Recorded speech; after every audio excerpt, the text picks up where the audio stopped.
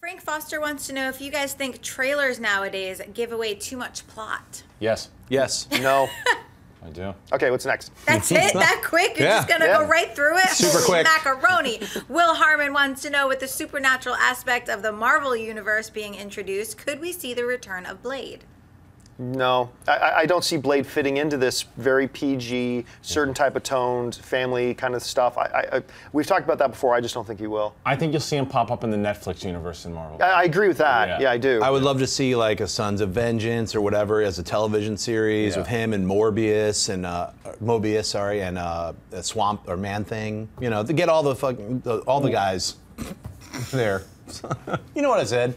All those freaking guys.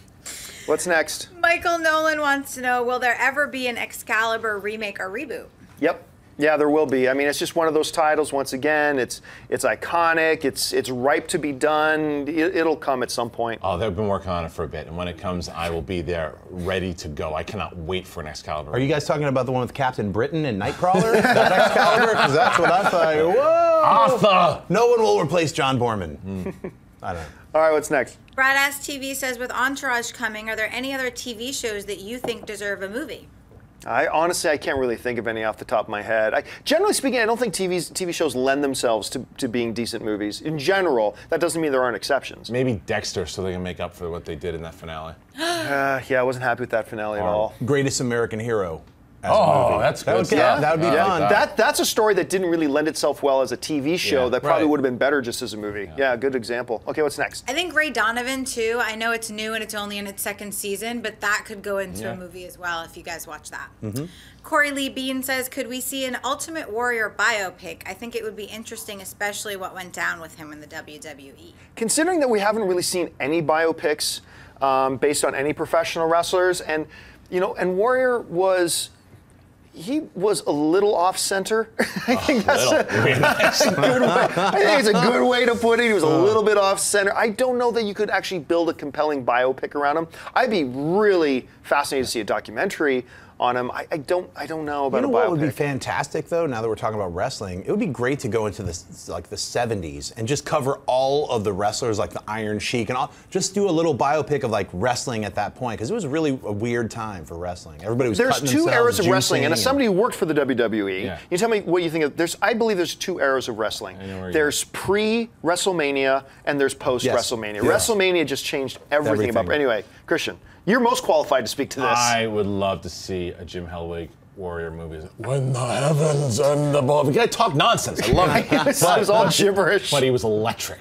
He was electric. Everything he did. When I did work there, at the time I worked there, he was not liked at that place at all. And then was there ever a time he was really liked there? When he came back and got inducted into the Hall of Fame, they had mended. He did this whole speech, and then like 2 days later passed away. 24 hours. 24 hours later, he died. Passed away. It's crazy. It's a fascinating story. And in fact, Hulk Hogan was the guy. He was the guy. This was the guy who took the title from him, regardless of one little thing beforehand. But this was they weren't going to pass it off.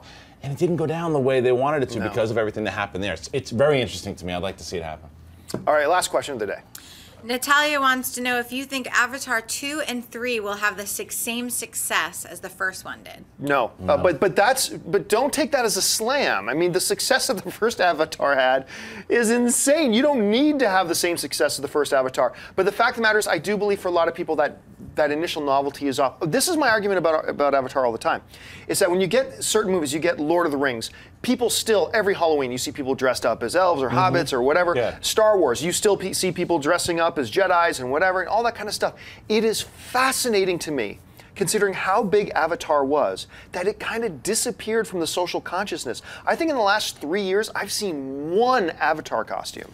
And that first year, like every third person you saw out in the streets or around Vegas at Halloween time was Avatar, and then it just disappeared. So I could speak to that just from a branding perspective. Avatar is just such a fresh new thing. Like I'm seeing so many people put the blue paint all over their body to be Nightcrawler, to be the Beast, to be Mystique.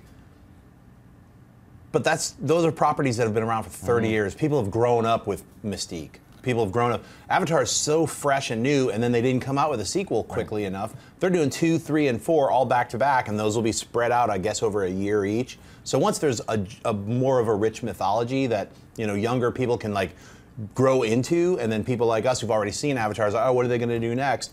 That's why I think that Heath Ledger's Joker was only in one movie, and we still see him. But he's the Joker, and he passed the Joker. away. There's a lot of, but there's other asterisks to that. You made a great point, Schnepp, and also I think that it has become cool to hate on Avatar a little bit as well too. So I think that's another reason that people are kind of not doing it as much. But I do think once you develop this mythology, as you said, you're going to see it pop up more, the costumes and whatnot. I don't think it'll do as well financially, but I think James Cameron and his team have a great opportunity here to further on the story and not get the comparisons to Fern Gully and Dances with Wolves and all that stuff, doing their own original story and create the world to make it now. People are like, oh, okay, I didn't like Avatar as much the first one, but these new ones, I can't deny it, they're awesome. It's a very good possibility. It's James Cameron we're talking about. Oh yeah, and he's director of my favorite action movie of all time. T2? True Lies. True Lies. True Lies is actually my favorite action film of all time. Hey everyone, if you liked this video, click that thumbs up button and make sure to subscribe to our AMC Movie News YouTube channel.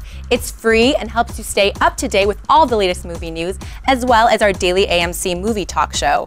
Also, make sure that you follow us on Facebook and Twitter to stay up to date with all of our special promotions, contests, and prize giveaways.